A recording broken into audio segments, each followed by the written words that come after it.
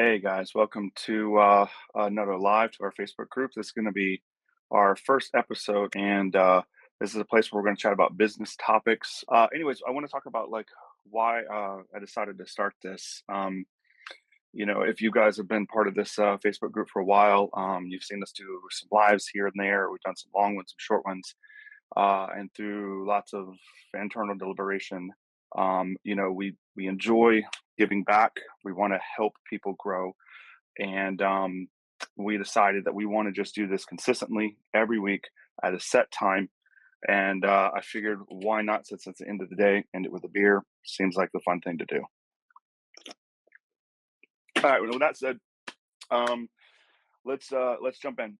What I want to do first is talk about mindset principle, and it's going to apply to the teaching part that I do in a minute, and you'll see why in a second. So, um, some of you may know that I was a musician growing up. I started playing piano at 4, and I started playing percussion at 8. I went on to do, you know, the all state stuff through school and drum corps, and I ended up going to college as a music performance major.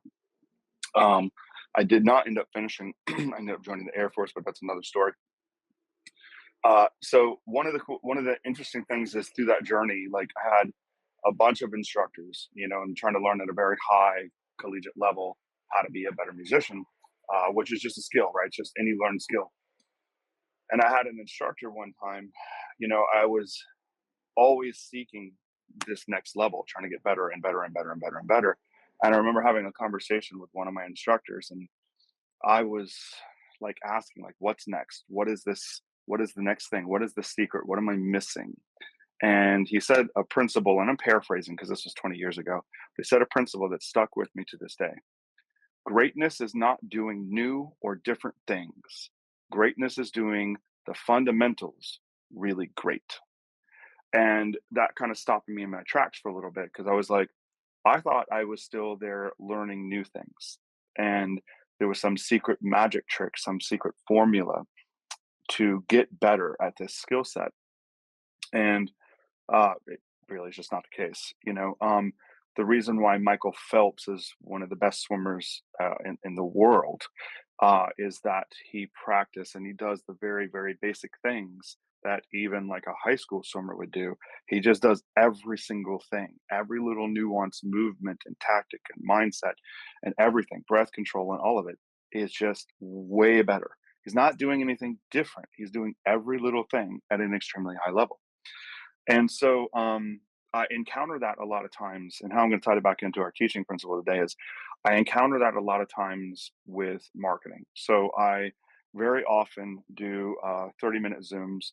Um, and somewhere in the comment in our Facebook group or in here later in the podcast side of things, there'll be a link somewhere where you can do one yourself if you're interested.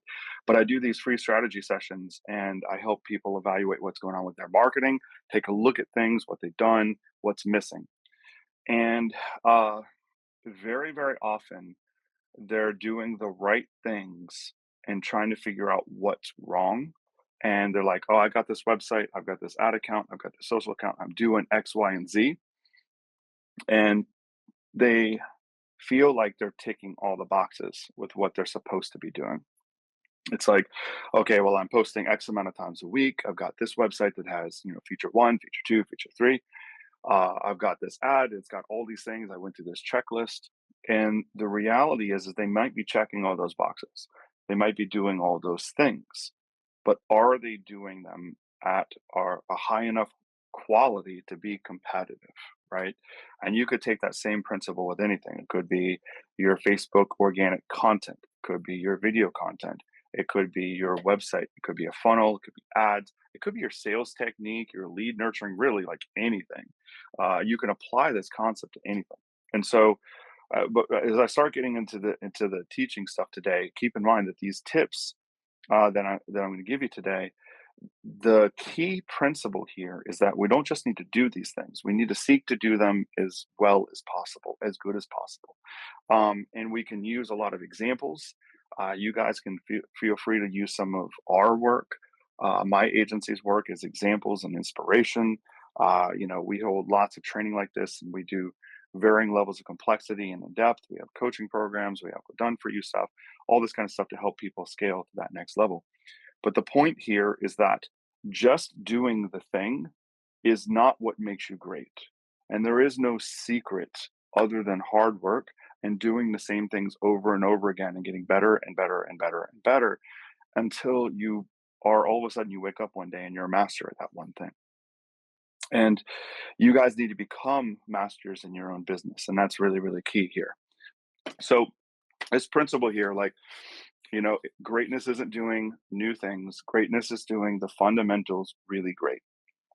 And it's something that, like, I work with my team on. I was doing we've got a newer person in our team who's working on a couple websites for a couple client of ours, and these clients know that this person is working on it. They're like, it's like a trainee project. So we talked to them and told them it's going to be a little bit of extended timetable on this project or these projects. There's two of them, and I've been meeting with him a couple times a week and talking about it, and it's the same thing. He's doing all the right things. Everything is right. It's just everything is like 5, 10, 15, 20% off of where it needs to be. So it's the same things. It's just we're got to try to raise the bar in how we do it. And you can apply that principle, like, to your customer service, to I was in a painting chat in a painter group yesterday, and I heard something kind of interesting. Someone had posed, Eric, who owns a Facebook ad agency, he's probably in this group. Um, he was asking, he started a paint company a few months ago, and he was asking about like how often people sand in between coats. I thought it was kind of an interesting question, and a few people chimed in, myself included. And this one individual, I forgot his name, said he sands in between every single coat, and that kind of floored a few people in there. Because most of the time, painters, they just, they might sand a wall with drywall patches and then they paint, and then that's it, right?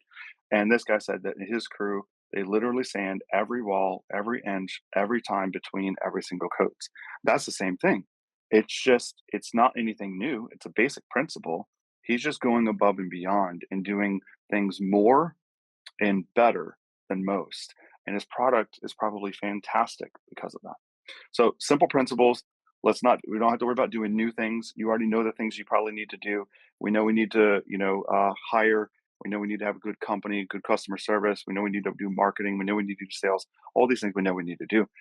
The goal is to raise the bar on all those things and learn how to do them better. And that's what this podcast is about.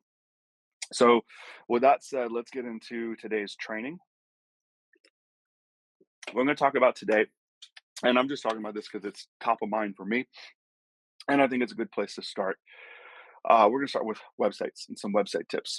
So the reason why I want to start this series out with websites is because when we look at a campaign and we have a new client come on, the website is always the foundation, and there's a reason why. So before we even get in, I want to talk about why a website is important and why you should even listen to the rest of what I'm about to say. When when you're doing when you have a local business of any kind, could be a paint contractor like I was just mentioned, could be a roofing, could be an ice cream shop. It doesn't really matter. Um, Very often the website is a major component in the online rankings of that business, the perception of the brand, the information, open hours, and all sorts of other things. It becomes a point of contact. It becomes a point of reference. It becomes where your clients go, your potential clients go. And so pretty much everyone ends up at your website. There was a study done a few years ago, I think like maybe 4 or 5 years ago. A company called HubSpot did it, and they were trying to uh, they surveyed people. So if you don't know, HubSpot is a giant, massive CRM and marketing application company. They're one of the top three in the world. They're huge, and they got buku bucks. And so they commonly do these marketing surveys, and they pass them off for people like you and me to be able to use that data to make better marketing decisions when we can't spend the millions of dollars doing these surveys. So they did a survey, and what they did is they asked people that had gotten a referral for a business if they went to that company's website before they did business with them. And it was interesting because roughly 90% of people did. So I hear all the time, a contractor, a local business, a service business. I'll get on a Zoom with them, like, I don't have a website. I don't need a website. I've been doing word of mouth and it's great and that's all I need. Well, what's interesting is according to this study, even the leads that are coming from a referral, let's say your neighbor or someone down the road, did a paint job from you, and then they tell one of their friends, and now that person's calling you. They're like, "Hey, I want you to come by my place." They learn about who you are, your business name, all that stuff. And whether they do it before they call you, or they do it after they call you, before the appointment, or whenever, they are almost undoubtedly going to look you up. They're going to do a Google search of your business name, and they're going to see what they find, and that centers around your website. So whether you're doing digital marketing or not, which we'll talk about in future episodes, why you should be and how to do them and things like that. But even if you're doing like a little bit more old school face-to-face marketing, print signs, referrals, things like that, even if that's your primary source of lead flow, you still should have a decent website, because nearly every person that you business with is trying to find you. um, and the next reason why you should do it is because if you're being compared against other people all the time, it doesn't matter if it's a referral or not, everyone is comparing you against somebody. And you know, unfortunately, we are very visual in nature. Humans are, and so when we see company A, they have a beat up pickup truck. They have busted clothes when they come to the appointment or to do a bid. They don't have a website. They got like homemade looking business cards versus a company that's well put together. They've got uniform T-shirts. They come in a van with vinyl wrapped, whether whole or in part. They've got a decent website. Doesn't have to be the world's best, but they have a decent website. They have decent Facebook. They have some content information. It's easy to understand who they are, their local license number, what services they do, who they serve, where they serve, their open hours, phone number, email. All that stuff is readily accessible on a website. That person is going to not only win the bid, get the job more often than not, that company can charge way more for the exact same work. And so another very common conversation I have with contractors is, "Hey, I'm not doing much. I don't have much here um, in the way of profit, right? I'm barely scraping by. People running specials. I saw a guy yesterday who actually private messaged me to try to sell me painting services, and he lives like 10 states away. And so that was kind of funny. So he wasn't even targeting right. And then his offer was basically like, I want to paint your house. I will match the lowest price you get. And that's just a race to the bottom. That's not how you build and scale a company. It's not how you get the life and the lifestyle that you want to do. That's not how you have any sort of financial independence. That's not how you get to be able to take a vacation and have your business run while you're on vacation. It's the opposite of all those things. It's a race to the bottom. It's a race to poverty. It's a guaranteed way to have high stress, low productivity business with a very, very high risk. So that's why we're talking about websites today, because I believe, and I know a lot of other marketing companies as well, believe that your brand and your web and your presence online is a fundamental thing that represents who you are. It paints a picture of your brand, right? We'll get into this a little bit more deeply in another podcast, but branding is misinterpreted a lot of times as being like your logo. The brand is actually not your logo. Your brand is how your customers see you. It's the picture that they paint about you. It's not about what you say about yourselves, it's about what others think about you. That's your brand. And you could take like an Apple or Nike or another big company and kind of, go through that exercise. Like Nike, yeah, they make shoes, but what do? They support like freedom and equality and athleticism and high skilled athletics, right? So they have a vision and a path for them, and you could do that with any company.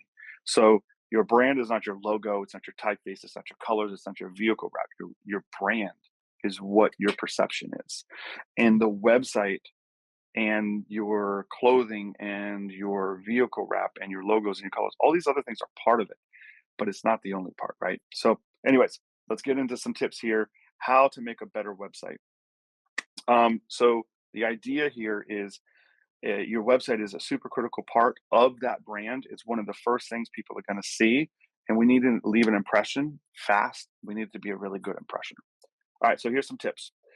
Number one, when you have your website, right? First of all, I don't care what builder you use. We use a builder on our team. We have sitefunnels.com. If you're interested in trying it, you can DIY your website with that tool, sitefunnels.com. And that's pretty cool. But there's other great website tools too. We use WordPress on some builds. There's a lot of other builders, Wix and Square and other things. It really doesn't matter too much what builder you use, as long as the features are aligned with what you want to do and the price point and support and everything aligns with your technical knowledge, then you're good to go. So, tip number one, when you are making your website, you need to have a clear list of the pages that you need to do. A lot of people go in making websites and they don't know what pages they're going to make. They start building a website without knowing the map. A page map, a website page map or a page diagram is basically a list of pages that is sort of akin to like a blueprint for a house. You wouldn't start framing up walls and everything before you had a clear plan on what was going where. And it's the same way. So whether you're redesigning your website or you're building one from scratch, start with a plan of what pages do I need? And you do that by having what's called an MDA. So an MDA stands for most desired action. For most local businesses, it's just a couple things. I want a phone call, I want someone to fill out a form, or I want someone to show up in my office. That's generally it. Sometimes people have some other ones, but that's pretty much it. So, with that being said, if your MDA is one or more of those, now we need to figure out one, what other people do, like what other competitors do with their websites. Easy way to do that. So Google your service in your area. Look at the top 5 people on Google. Look at the types of pages they have. And you'll notice there's some patterns. And I'm just going to spell them out for you here so you can write this down or refer to this video later. The most common pages for local businesses are going to be a home page, an about page, some service page or multiple service pages, a service area page, a page that talks about where you do services in, an FAQ page, a portfolio page, a contact page, a blog page. That's pretty much it. Now we could split hairs and there's some other pages you might have. Maybe you have a customer login area, maybe you have a privacy policy, some other things. But the content rich pages, those are it. So we're going to be talking about, home, about, services, service area, FAQ, portfolio or work or whatever you want to call it, contact and blog. Those are the most common. And so look at those and figure out how they will help you hit your MDA, if they will make you hit your MDA. Remember, MDA stands for most desired action. And just write down a list of those pages. It doesn't have to be like internally we make little diagrams and stuff, but it doesn't have to be that. It can literally just be this page, this page, this page, this page. That's tip number one. Now, once we get to those pages, every one of those pages, now that we have a list of pages, we need to think about what we need to put on the pages. And the big thing that people get wrong is they try to get clever with headlines. They try to be like a $1 million, or million or $1 billion brand and create some very crafty, headings that have a lot of adjective and complex words. Just say what you do and where you do it and who you do it for. Just be really clear. Um, don't try to make it complex and don't make it vague. The idea is, and there's a type of user testing that we commonly do when we do websites called the 5-second test. If you were to show the above the fold area of your website, which is where the heading would be, right? You got a page, there's a menu at the top, there's a heading, maybe an image, maybe a form, and then you scroll down to get to more information, right? So that above the fold area is called that area is called your above the fold. And the 5-second test is a test where you send somebody that does not know who you are. It must be somebody random. Can't be a family member, can't be a friend, can't be a friend of a friend. And you send them there and you let them see that above the fold for 5 seconds and only 5 seconds. And then you ask them a couple questions like, who is this? What is this business name? What does this business do? Who does this business help? Right? Or some variation of those questions. And if you don't have a clear picture from that, your headline is not clear enough. So very commonly, like I'll do a heading like, let's say like a paint contractor. We just did one for a buddy of ours, Travis, over in Austin, and the headline, and I'm paraphrasing here because I don't have it in front of me, but the headline is basically like, residential commercial paint contracting in Austin, Texas. That's the heading. Very, very, very clear, very, very easy to understand. Um, so I see a let's go. I'm going to assume that uh, might be somebody here. I'm not sure who that is. I appreciate the comment. And feel free, guys, to drop questions here. And I know it's getting dark out here. Apparently, I'm going to have to add some light to this next episode here. So if I go all Octobery on you guys, I did not predict the light going down as much as it is. All right. So, anyways, back to the point. So we've got very clear headings, right? Very, very clear headings. You know, talk to somebody like you're talking to like a third to fifth grader. Like, don't try to get creative, don't try to get fancy, just stay what it is. And that has a lot of human value, but it also has a lot of SEO value. So if you just say like residential and commercial paint contracting in Austin, Texas, someone types in residential or painter Austin, Texas, it has a higher likelihood of showing up than some arbitrary obscure heading. So be clear, be simple, be direct. What do you do? Where do you do it? Who do you help? That's all you need to do. Next thing is we need to have on our page, we need to have CTAs. So I normally have CTAs. CTA stands for call to action. So a CTA would be like a button, like get a quote, or a button to call now, a button to directions to office, whatever your CTA is, that's going to align with your MDA from earlier. So your most desired action is what you want to happen. Your CTA is asking them to do the thing that you want to happen. So if I have an MDA to get my phone to ring, I'm going to have a call to action with a button to click a phone number, right? So they're one for one. Every MDA must have a CTA. So I want you to have easy to understand CTAs.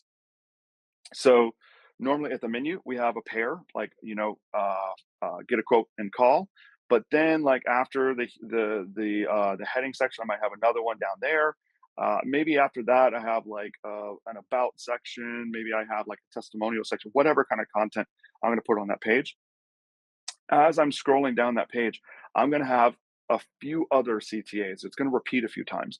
And I'm not saying every paragraph needs to have a CTA. Don't go overboard with this. But every like 2 or 3 sections have another CTA. And the reason is mostly because of this, like this phone. When I'm scrolling through here, that one at the top, I'm going to be way away from it. If I get halfway through your page and realize that I'm ready to call now, I don't want you to make somebody work and have to scroll all the way back up to get to that, because that friction can make people click the back button. As silly as that sounds, it happens all the time. So CTAs throughout your pages. Okay. Now, next on each page. So every page has a topic. About page should be about you. Your service pages should be about your service. Your service area page should be about your service areas. But there's a lot of ideas sections that you can put in here. Every page should have a what we call a hero image section. It's where you have like an image or color background and a heading that we just talked about a minute ago. That's your hero image section. After that, and it doesn't matter too much the order, it just matters that you have several of these things. You need to have a social proof section. Social proof section could be reviews, badges, awards, certificates, license numbers, whatever, any sort of accolades of any kind that would go as a trust booster for you. That's going to be considered social proof. You also are going to want to talk about the thing that this page is talking about. If it's an about page, talk about your company, talk about you, talk about your team. If it's a service page, talk about what that service is. If it's like an interior painting page, you need to talk about your interior painting service and why it's great and what's better about it. Don't just say I roll walls, I do trim. That's not enough. You need content here, like a dialogue conversation of content happening on these pages. It's important. So after that, we got trust section, social proof stuff. We need content to describe what this page is about. Other sections that you can do are like FAQs. We already talked about, you want CTAs. You definitely want to have images, video, and you want these pages to be fairly long. Our internal average is every page is going to be 1,000 words or more and will contain multiple images, links, buttons, accordions, things like that, right? But the a word count of roughly 1,000 words is our approximate average for a page. And I can't tell you how many times I go to a business page and I'm reviewing it, and that page is only like, you know, 150 words, and it's kind of crazy, right? So make that better, make that bigger. So we've talked about creating a page map, talked about what goes on the pages, and yeah, someone opened a window over here. Um, so we talked about a page map, right? We want to have a map of these pages. We also want to have uh, feature-rich content. You want to have 1,000 words, multiple content sections, social proof, paragraphs, headings talking about the product and service that you do. You want to use images, media, and all that stuff. You need to use a lot of content. Okay. Don't just have a page that has a heading, one paragraph and a call to action. That's not enough. You need a lot of content on there. All right. Next up on our tips for websites is something that is very, very often overlooked is going through all the SEO settings. So every page builder, I don't care if it's WordPress or Site Funnels or ClickFunnels or Wix or Unbounce or any of the million and one website builders out there, every single one of them has SEO settings. Now, if you subscribe to the SEO stuff, and for those of you that are nerdy enough to get an SEO, it is very technical. There's a lot of technicality to SEO, on page, off page, all these technical code things. But for the most part, 80% of SEO is going to be good content on the page and titles and metas on your page. That's most of it. So you would probably knock out 70 to 80% of what an SEO agency would do for you if you just wrote a lot of content on your page. You make sure you have very clear headings on your page. Make sure that you have a good SEO title and make sure you have a good SEO description. Now, if you do those things, you're going to be great. Okay. So follow up with those SEO settings on every page. And there's normally an area with some SEO global settings. And I can't really get into in this time frame exactly what that should look like, but there's going to be things like site maps and what the name of the business is and local schema markup and things like that. So you're going to want to make sure that you handle that. And every website's a little bit builder. Every website builder is a little bit different. So just look at what that is and use your judgment. Look at tutorials specific for your website builder. The last tips here are going to be performance and security stuff. So another very often overlooked thing is that your website needs to load fairly fast and it needs to be secure. So two separate topics, but I'm going to talk about them kind of quickly and together, not to nerd you guys out. But on the performance side, the easiest way to make sure that you have clean performance stuff is if you have a web builder like Wix or WordPress or whatever, there's all these things called plugins, and you can just add all these features.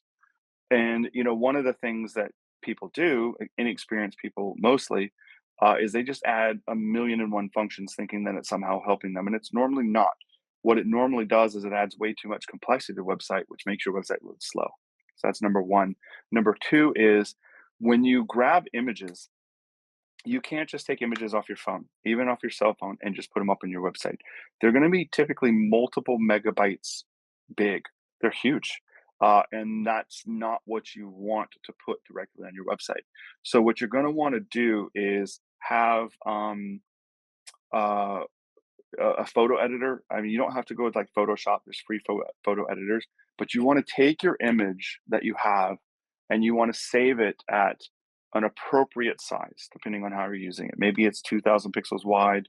It's a big landscape picture. If it's an icon, maybe it's only 300 pixels wide. So size the image for the size that you're actually going to need.